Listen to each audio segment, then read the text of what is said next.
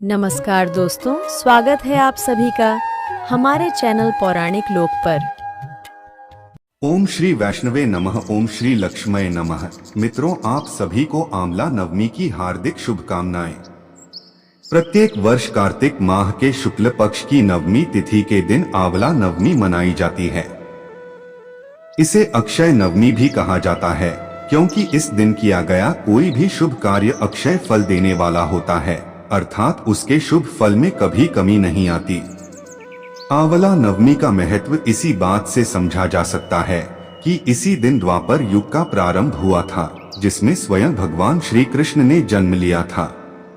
इस दिन भगवान विष्णु के साथ आंवला के पेड़ की पूजा करने का विधान है। माना जाता है कि इस दिन आंवला के पेड़ की विधिवत पूजा करने के बाद सपरिवार पेड़ के नीचे बैठकर भोजन करने से सुख समृद्धि की प्राप्ति होती है और हर रोग, दोष और भय से छुटकारा मिल जाता है। साथ ही यह भी माना जाता है कि इस दिन आंवला के पेड़ की पूजा करने के साथ इस व्रत कथा का पाठ अवश्य करना चाहिए। ऐसा करने से भगवान विष्णु के साथ मां लक्ष्मी अति प्रसन्न होती हैं। तो आइए सुनते हैं आंवला नवमी की व्रत कथा।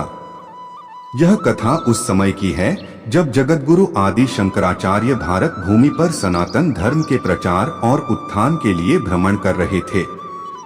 वह अपनी यात्रा के दौरान एक गांव पहुंचे और वहां भिक्षा मांगने के लिए एक गरीब वृद्धा की कुटिया के सामने रुके। यह वृद्धा अत्यंत गरीबी और दयनीय अवस्था में जीवन यापन कर रही थी। उसके पास संपत्ति और वस्त्र भी बहुत कम थे, किंतु वह अपने आत्मसम्मान और धर्म के प्रति समर्पित थी। शंकराचार्य के द्वार पर आकर भिक्षा मांगने की आवाज सुनकर वृद्धा कुटिया से बाहर आई। उस वृद्धा ने बड़ी विनम्रता और संकोच के साथ कहा, हे महात्मन, मेरे पास देने योग्य कुछ भी नहीं है।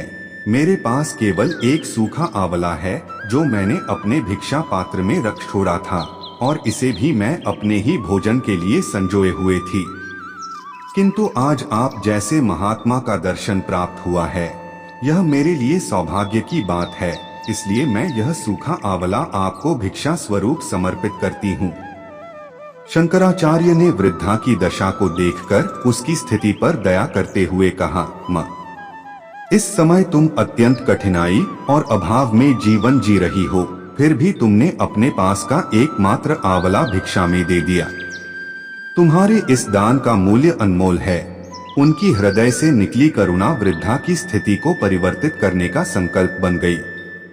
शंकराचार्य ने तुरंत ही अपनी आंखें बंद की और देवी लक्ष्मी का ध्यान करते हुए कनकधारा स्तोत्र के 22 श्लोकों का उच्चारण आरंभ किया।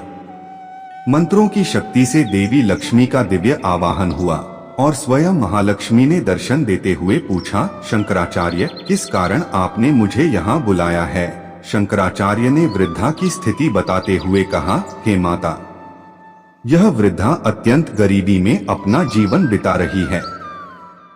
इसे इस दयनीय दशा से उबारने की कृपा करें। महालक्ष्मी ने अपनी मधुर मुस्कान के साथ कहा, शंकराचार्य, यह वृद्धा पूर्व जन्म में अत्यंत कंजूस रही है। इसने कभी किसी को दिल से दान नहीं किया। इस कारण इसका वर्तमान जीवन अभावों में व्यतीत हो रहा है। कर्मों का लेखा जोखा सबके साथ होता है और इसके वर्तमान दुख उसके पिछले कर्मों का ही फल है। शंकराचार्य ने विनम्रता से कहा, हे महालक्ष्मी, मैं आपके न्याय और नियमों का सम्मान करता हूँ, परंतु इस वृद्धा ने आज इस जन्म में अपनी संपूर्ण श्रद्धा और संपूर्ण पूंजी मुझ पर समर्पित कर दी है। वह सूखा आंवला जो इसके पास मात्र एक ही बचा था, वह भी उसने अपनी भक्ति भाव से मुझे अर्पित कर दिया। इस दान के लिए इसे प्रसन्नता का फल मिलना चाहिए। क्या इस दान की निष्ठा इसके पूर्व जन्म के पापों को धोने के लिए पर्याप्त नहीं है? शंकराचार्य की करुणा और उस वृद्धा की निष्ठा से प्रसन्न होकर देवी लक्ष्मी ने उसकी कुटिया में स्वर्ण के आंवलों की वर्षा कर दी। अचानक उस कुटिया के आंगन में सोने के चमकते आंवले गिरने लगे। वृद्धा यह चमत्कार देखकर स्तब्ध रह गई और उसकी आंखों में आभार के आंसू छलक आए। उसके जीवन में पहली बार समृद्धि और सुख का आगमन हुआ था। इस प्रकार आदि शंकराचार्य के करुणा और देवी लक्ष्मी की कृपा से उस वृद्धा का जीवन बदल गया। यह कथा इस बात की शिक्षा देती है कि सच्ची निष्ठा और श्रद्धा से किया गया दान, चाहे वह कितना भी छोटा हो, उस व्यक्ति के जीवन में अद्भुत परिणाम ला सकता है। कथा समाप्त हुई। बोलिए मित्रों, लक्ष्मी माता की जय, श्री हरि विष्णु की जय। मित्रों, अब सुनते हैं दूसरी कथा। आंवला नवमी की दूसरी कथा के अनुसार प्राचीन समय में एक धर्मपरायण सेठ और उसकी पत्नी थी, जो अपने धर्म कर्म और पुण्य कार्यों के लिए गांव में प्रसिद्ध था। सेठ और सेठानी अत्यंत श्रद्धा और निष्ठा के साथ प्रतिवर्ष आंवला नवमी का पर्व मनाते थे और इस पवित्र दिन वह आंवले के पेड़ के नीचे बैठकर विधिपूर्वक पूजा करते और ब्राह्मणों को भोजन कराते थे। यह आयोजन केवल भोजन तक सीमित नहीं था, वे सेठ सोने चांदी और अन्य वस्त्रों का दान भी करते थे। उनकी यह परंपरा कई वर्षों से चली आ रही थी और उन्होंने इसे अपने जीवन का महत्वपूर्ण हिस्सा बना लिया था। लेकिन सेठ के बेटे इस धार्मिक परंपरा को समझने में असमर्थ थे। उन्हें अपने पिता का यह धर्म कार्य व्यर्थ और पैसे की बर्बादी लगती थी। वे बार बार अपने पिता से इसका विरोध करते और झगड़ते थे और कहते कि पिताजी, ये सब पैसे का नुकसान है, इतना धन क्यों खर्च करते हैं आप? इन ब्राह्मणों को भोजन कराने और सोना चांदी दान देने का क्या लाभ? बेटे कहते। लेकिन सेठ अपने विश्वास में अडिग थे। वह जानते थे कि धर्म कर्म के कार्यों से सुख समृद्धि मिलती है और इसे करते रहना चाहिए। अपने बेटों के इस रवैये से आहत होकर सेठ सेठानी ने एक दिन घर छोड़ने का निर्णय कर लिया। उन्होंने अपने घर और संपत्ति को छोड़कर एक नए गांव में जाने का संकल्प लिया। वहां पहुंचकर उन्होंने एक छोटी सी दुकान खोली और अपने नए जीवन की शुरुआत की। सेठ ने आंवला नवमी का महत्व समझते हुए अपनी दुकान के सामने एक आंवले का पेड़ लगाया। वह नित्य उसकी देखभाल करते और हर आंवला नवमी पर उसी पेड़ के नीचे ब्राह्मणों को भोजन कराते, पूजा करते और दान देते।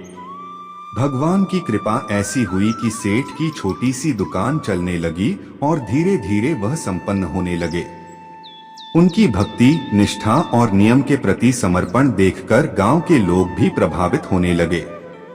उनका यह धर्म कार्य न केवल उनकी संपत्ति में वृद्धि कर रहा था, बल्कि उनके जीवन में भी सुख शांति का संचार कर रहा था। उधर सेठ के पुत्रों के व्यापार में लगातार गिरावट आने लगी। घर में अशांति और कर्ज का भार बढ़ने लगा। जो घर पहले धन धान्य से भरपूर था, अब वहां धन अभाव का माहौल था। कुछ समय बाद उनके मन में यह बात समझ आने लगी कि उनका सारा व्यापार और संपत्ति वास्तव में उनके पिता के पुण्य कर्मों का ही परिणाम था। पिता के धर्म कर्म और दान पुण्य के कारण ही उनके जीवन में सुख और समृद्धि थी। आखिरकार अपने कष्टों से व्यथित होकर वे अपने पिता के पास पहुँचे और अपने किए पर पछताते हुए उनसे क्षमा मांगने लगे।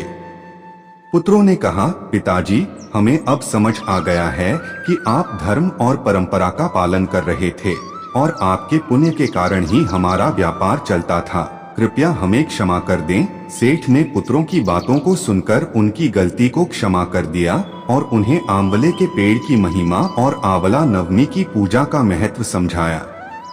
पुत्रों ने भी उसी दिन से अपने पिता के दिखाए मार्ग पर चलना शुरू किया। उन्होंने आंवले के पेड़ का पूजन किया और प्रत्येक आंवला नवमी पर ब्राह्मणों को भोजन कराना और दान देना शुरू कर दिया और धीरे धीरे उनके जीवन में पुनः समृद्धि आने लगी। व्यापार में वृद्धि हुई, घर में सुख शांति का वास हुआ और हर ओर खुशहाली का माहौल बन गया। मित्रों, आंवला नवमी की यह कथा हमें बताती है कि धर्म, पूजा और पुण्य कर्मों का महत्व हमारे जीवन में कितना आवश्यक है। जीवन में जब हम धर्म और परंपराओं का पालन श्रद्धा और निष्ठा से करते हैं, तो ईश्वर हमारी सहायता करते हैं और हमारा जीवन सुख समृद्धि से भर देते हैं। कथा समाप्त हुई तो बोलिए मित्रों श्री मन्नारायण हरि जय मां लक्ष्मी। अब सुनते हैं अंतिम कथा। एक समय की बात है जब देवी लक्ष्मी ने पृथ्वी पर भ्रमण का विचार किया। अपनी यात्रा के दौरान उन्होंने मन ही मन सोचा कि इस अवसर पर भगवान विष्णु और भगवान शिव की एक साथ पूजा करने का सौभाग्य प्राप्त किया जाए। किंतु एक समस्या उनके सामने यह आई कि भगवान विष्णु और भगवान शिव की एक साथ पूजा कैसे की जाए, क्योंकि दोनों की पूजा विधियां और प्रिय वस्तुएं अलग अलग हैं।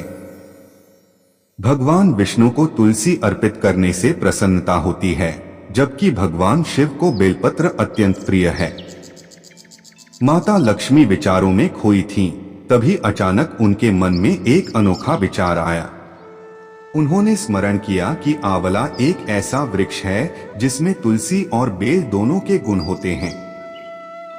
आंवला के वृक्ष में ऐसी अद्वितीय शक्ति है जो भगवान विष्णु और शिव दोनों को समर्पित करने योग्य है। तुलसी श्रीहरि विष्णु को अत्यंत प्रिय है और बेलपत्र भगवान भोलेनाथ को। इस प्रकार आंवला के वृक्ष को विष्णु और शिव का प्रतीक मानकर उन्होंने उसी की पूजा करने का निर्णय लिया। यह अत्यंत ही पावन नवमी तिथि का दिन था। माता लक्ष्मी ने विधिपूर्वक आंवले के वृक्ष की पूजा आरंभ की। उन्होंने मंत्रोच्चारण के साथ आंवले के वृक्ष का अभिषेक किया, पुष्प, दीप और धूप अर्पित किए और समर्पण भाव से उसे प्रणाम किया। उनकी भक्ति और पूजा की शक्ति से प्रसन्न होकर भगवान विष्णु और भगवान शिव दोनों प्रकट हुए।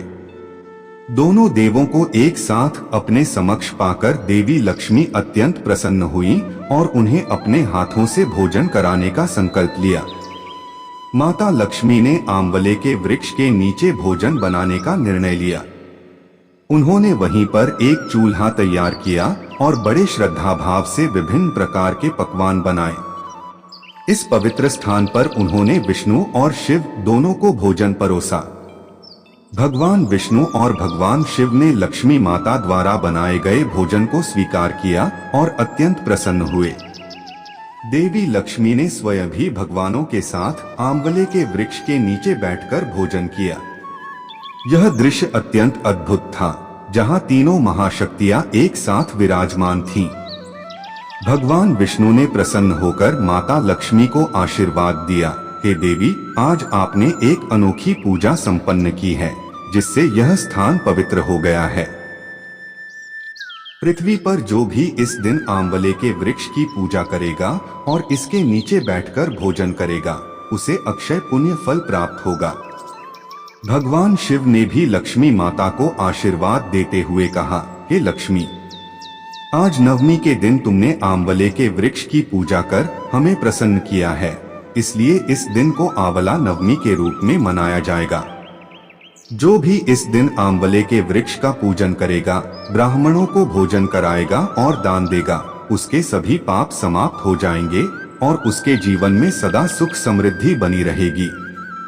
तभी से आंवला नवमी का यह पर्व मनाने की परंपरा आरंभ हुई। इस दिन भक्तजन आंवले के वृक्ष की पूजा करते हैं, इसके नीचे बैठकर भोजन बनाते और करते हैं तथा ब्राह्मणों को भी भोजन कराते हैं। इस दिन आंवला नवमी के शुभ अवसर पर आंवले का सेवन करना भी अत्यंत शुभ माना जाता है, भले ही यह आंवले के वृक्ष के नीचे संभव न हो। आंवला नवमी की यह पवित्र कथा हमें सिखाती है कि श्रद्धा और निष्ठा के साथ किए गए पूजा पाठ और दान पुण्य से भगवान विष्णु, माता लक्ष्मी और शिवजी की कृपा प्राप्त होती है। इस पवित्र दिन की महिमा अपरंपार है, जो हमें जीवन में शुद्धता, समृद्धि और अक्षय पुण्य प्रदान करती है।